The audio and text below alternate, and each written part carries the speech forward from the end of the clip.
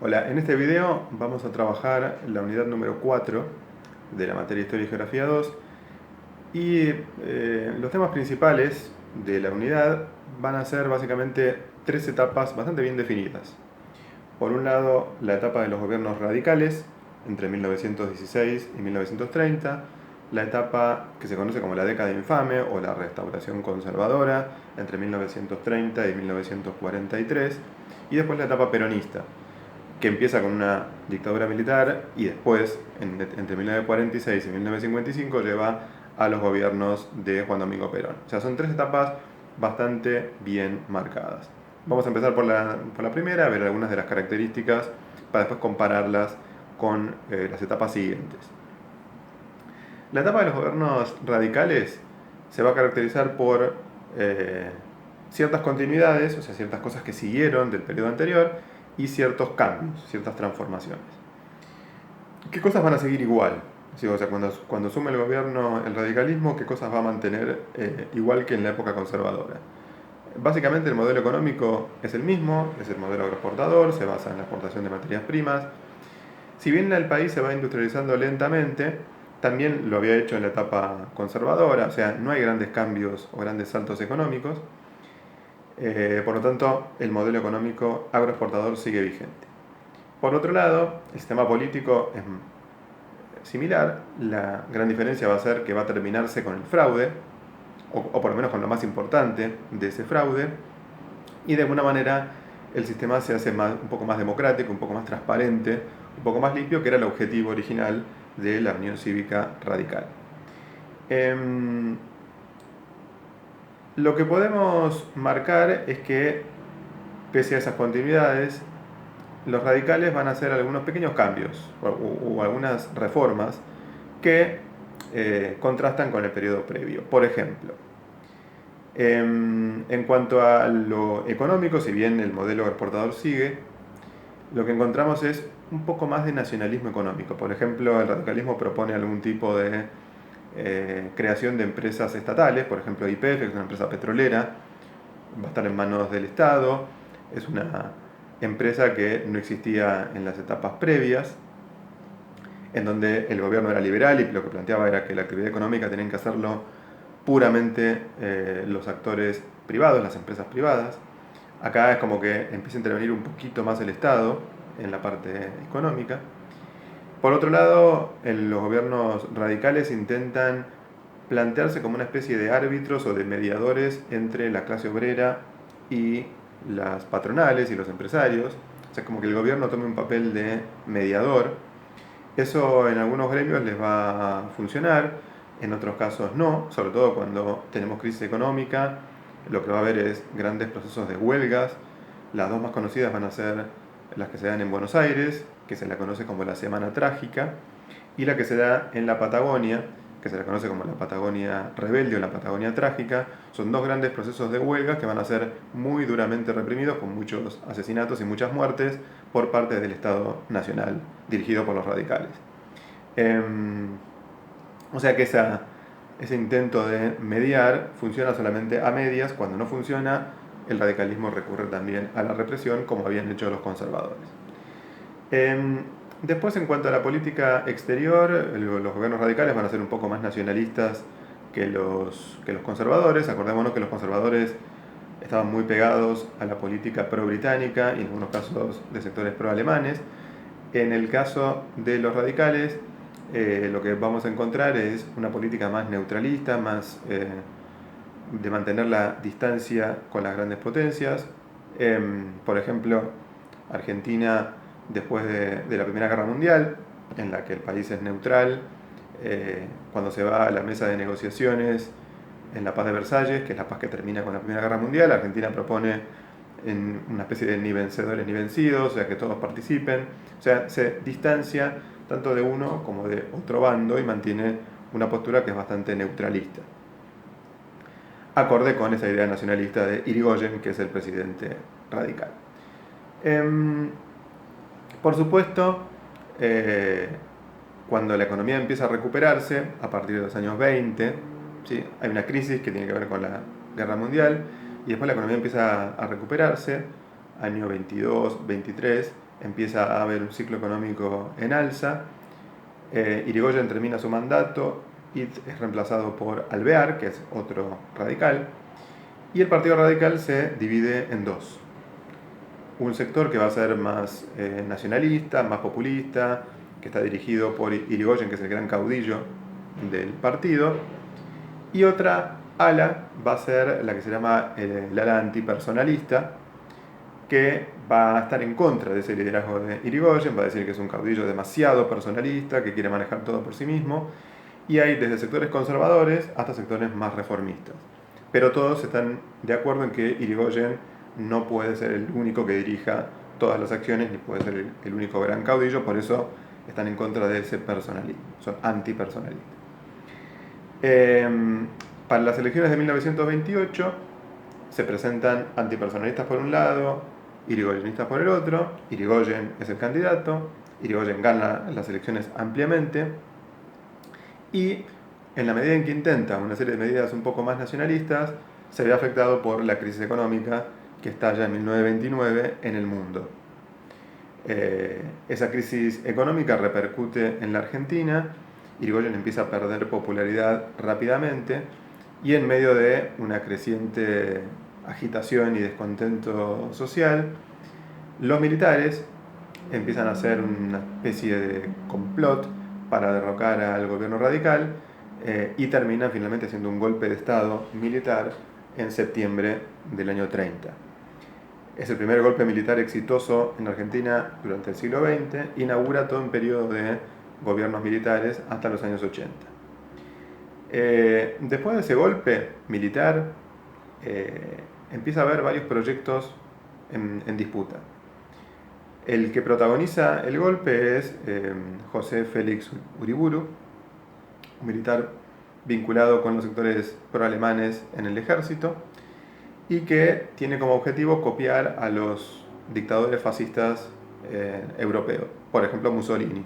La idea de hacer un gobierno autoritario, en este caso dirigido por el ejército, eliminar los partidos políticos y hacer un régimen que llamamos corporativo, o sea, en donde las grandes corporaciones, la iglesia, los militares, los empresarios, los sindicatos tengan participación, pero eliminando la vieja constitución. Por otro lado, otro de los militares que participaron del golpe era Agustín P. Justo, que lo que propone es simplemente prohibir a los radicales y hacer fraude, pero mantener toda la estructura constitucional, o sea, mantener a los partidos, mantener las elecciones. Con lo cual ahí tenemos dos proyectos que son diferentes.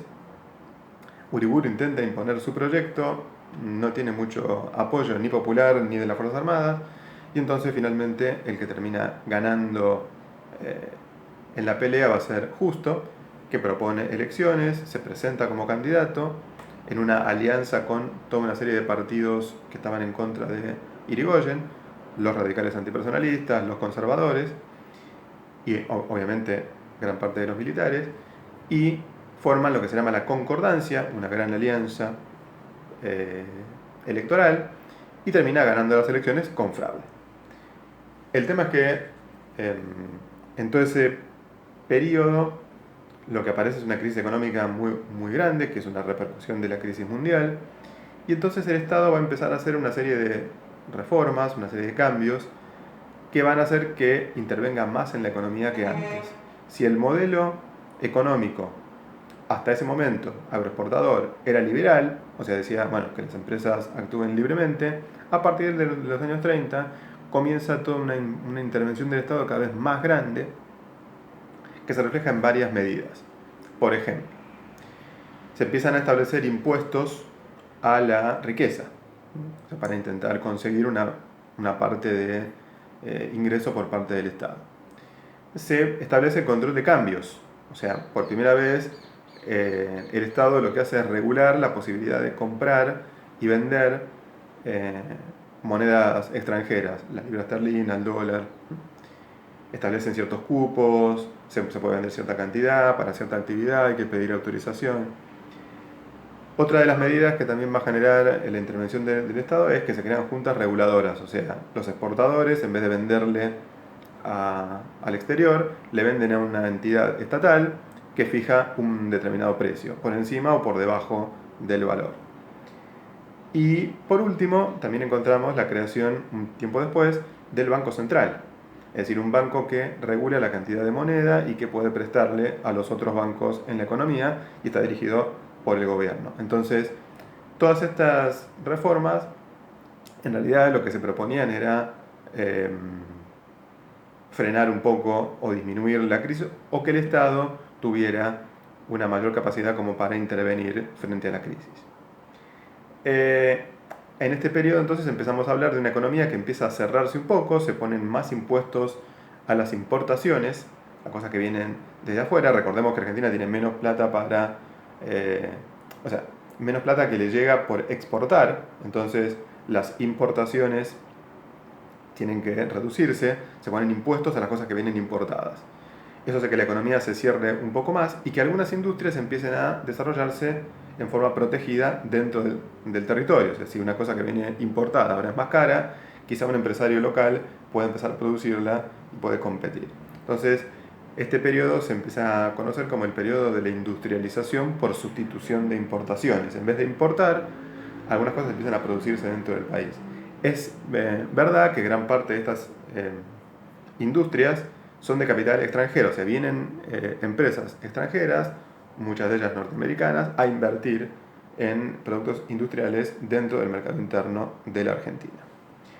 El régimen conservador va a volver entonces, dijimos, al fraude, pero va a encontrarse con algunos problemas cada vez más importantes. Uno de los más graves va a ser a partir de 1939, el comienzo de la Segunda Guerra Mundial. En la Segunda Guerra Mundial se enfrentan los nazis por un lado y los aliados por el otro. Argentina va a decidir permanecer neutral, pero alrededor de esa pelea, a ver de qué lado está Argentina, van a surgir distintos sectores políticos, distintas alianzas. Algunos van a decir hay que estar del lado de los aliados, o sea, hay que estar del lado de Inglaterra y de Estados Unidos. Otros van a decir no, hay que ser neutrales, lo cual beneficiaría indirectamente a los nazis, a todo el juego de espías que tenían en Buenos Aires. Entonces están los que quieren romper con el eje nazi, o sea, los que están en contra de Alemania, y los que están a favor de mantener la neutralidad. Argentina queda neutral, los ingleses en realidad presionan para que la Argentina no entre en la guerra, así les siguen vendiendo carne, con lo cual Argentina queda neutral. El tema es que a partir de los años 40 empiezan a armarse nuevas fuerzas políticas. De hecho, ya en los años 20 habían surgido nuevos grupos, uno de los cuales va a ser el comunismo. Recuerden que en 1917 estalla la revolución en Rusia, y entonces surgen en la Argentina partidos, como en todo el mundo, que tienen la idea de imitar a la revolución rusa, una revolución en donde los obreros tomaron el poder. Entonces el Partido Comunista va a ser un partido cada vez con más influencia, sumado a los socialistas, los comunistas, también se suman los radicales y algunos sectores liberales que van a formar una alianza que se va a conocer como la Unión Democrática y que van a postularse para las elecciones en el año 44. Frente a este peligro, o sea, muchos militares ven a esto como un peligro, y entonces en el año 43 deciden hacer un golpe militar para evitar la entrada del comunismo, digamos, en la Argentina, o esa es la excusa. Muchos de estos militares que dan el golpe de Estado en realidad están a favor de la Alemania nazi, entonces tampoco quieren que surja un gobierno que esté en contra del eje o que esté a favor de los Estados Unidos o a favor de los aliados. Entonces, en el 43 se da este nuevo golpe que establece una dictadura militar bastante dura, con sectores bastante cercanos al pensamiento nazi-fascista, y se van a prohibirse algunos profesores, van a perseguir a universitarios, algunos sindicatos, se van a prohibir todos los partidos políticos, se cierra el Congreso, es decir, es un golpe militar bastante duro, pero justamente dentro de ese golpe van a empezar a surgir distintas fuerzas. Algunos que van a estar dirigidos en el mediano plazo por la figura de Juan Domingo Perón, van a decir, a ver, no podemos mantenernos siempre a partir del mecanismo represivo. Lo que hay que hacer es empezar a negociar con algunos sectores del movimiento obrero y empezar a ver si el Estado puede asumir ese rol de mediador que a los radicales no le había salido. Y entonces Perón, que ocupa la Secretaría de Trabajo primero, después es ministro de Guerra, etc., va a empezar a acercarse a algunos sindicatos, a darles algunas ventajas. Piensen que a partir de estos años 40 la economía empieza a recuperarse y a partir de esta recuperación es posible que el Estado pueda aumentar salarios, dar algunas mejoras. Por ejemplo, se empiezan a establecer vacaciones pagas para todos los gremios, aguinaldo, ¿sí? O sea, un pago extra. Es decir, hay una serie de concesiones o de mejoras que Perón desde la Secretaría de Trabajo empieza a negociar con los gremios y empieza a ganarse un apoyo entre esos sectores. Esta actividad de Perón no le cae muy simpática a otros sectores de las Fuerzas Armadas y entonces hay un momento en que lo destituyen de sus cargos. Cuando lo destituyen a Perón, la clase obrera, o una parte importante de esa clase obrera, empieza a organizarse y hace una gran movilización, se la conoce como el Día de la Lealtad, el 17 de octubre del 45, llenan la Plaza de Mayo reclamando la libertad de Perón. Bueno, y finalmente a Perón lo terminan largando, se prometen elecciones para febrero del 46 y en esas elecciones finalmente se presentan, por un lado, todos los partidos tradicionales, es decir, conservadores, radicales,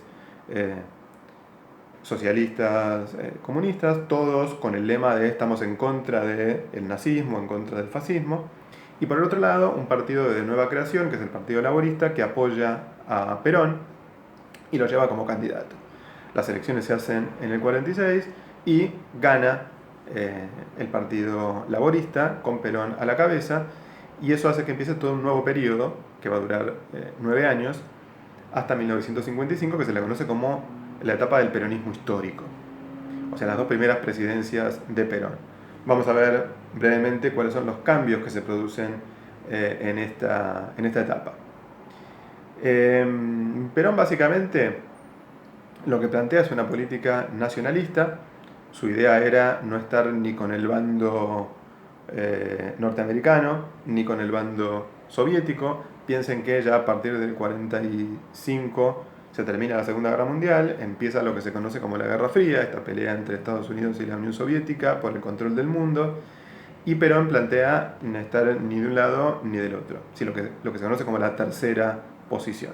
En esta posición neutral toma una serie de medidas que son económicamente nacionalistas, ¿sí? La ideología peronista es muy nacionalista y, por ejemplo, lo que hace es empezar, por ejemplo, a nacionalizar algunos servicios públicos importantes, por ejemplo, los ferrocarriles, puertos, teléfonos, básicamente servicios que en algunos casos estaban bajo control extranjero. Otras empresas ya estaban bajo control nacional, como YPF, se crea Aerolíneas Argentinas, es decir, el Estado empieza a tomar un peso cada vez más importante como, digamos, dueño de empresas públicas, empresas de servicios más que nada. Se le compra los ferrocarriles a los ingleses. O sea, esta política nacionalista es posible porque a la Argentina le entran muchas divisas, le entra moneda extranjera, la economía mundial está en recuperación, Argentina vende muchos productos primarios, vende cereales, se le debía plata además por ventas de la Segunda Guerra Mundial, o sea, a Argentina le entra plata y eso permite nacionalizar muchos servicios. Y de hecho hay una recuperación económica importante, lo que permite el crecimiento de los salarios, ¿no? El peronismo se va a montar un poco en esa prosperidad económica. Acuérdense que tenía una alianza con los sindicatos, y entonces al subir los salarios, lo que se hace es fortalecer toda esa alianza social. Al peronismo, ¿quiénes lo van a apoyar? La clase obrera, el grueso de la clase obrera, y una parte de empresarios nacionales que empiezan a recibir subsidios porque se estimula toda esa industrialización interna. ¿Quiénes van a estar en contra? Básicamente los sectores medios, los sectores más altos de la clase obrera, y los terratenientes, que son los exportadores, a los cuales se les va a empezar a quitar, digamos, una parte de sus ingresos para financiar y dar créditos a esa industria o esos industriales que producen para el mercado interno. Entonces, los terratenientes, exportadores, empiezan a tener oposición cada vez más importante contra el gobierno peronista. Se crea lo que se conoce como el IAPI, que es un instituto que le compra a los exportadores y lo vende al mercado externo, y en toda una primera etapa justamente le compra a los exportadores, a los terratenientes, a un precio menor al del mercado mundial, con lo cual se queda con una diferencia que le permite volcar eso a otros tipos de gastos, como gastos sociales. De hecho, se crea la Fundación Eva Perón, que es una fundación que hace asistencia social, ¿sí? Hay un gran crecimiento de la asistencia social por parte del Estado. Bueno, en la primera presidencia el peronismo tiene prosperidad económica, tiene un apoyo social importante. Se hace una reforma de la Constitución que le permite a Perón presentarse a una reelección. Y en el segundo gobierno empiezan algunos problemas económicos importantes, la exportación cae, los ingresos ya no son tan grandes como antes, el Estado empieza a emitir plata, la inflación empieza a crecer, entonces los conflictos sociales empiezan a ser más graves. La oposición empieza a tomar más fuerza, la Iglesia Católica se vuelca del lado de la oposición y empieza a liderar algunas de esas manifestaciones, y eso hace que ya el segundo gobierno sea un gobierno mucho más turbulento y mucho más complicado, mucho más violento, de un lado y del otro. O sea, la oposición toma medidas violentas, por ejemplo, bombardear Plaza de Mayo para intentar matar a Perón. El peronismo controla y censura los medios de comunicación. Es decir, toda la situación se hace más violenta y más complicada, y finalmente todo eso termina con que un sector de las Fuerzas Armadas deciden dar un nuevo golpe de Estado que va a triunfar en septiembre del 55 y va a terminar derrocando al gobierno peronista, ¿sí?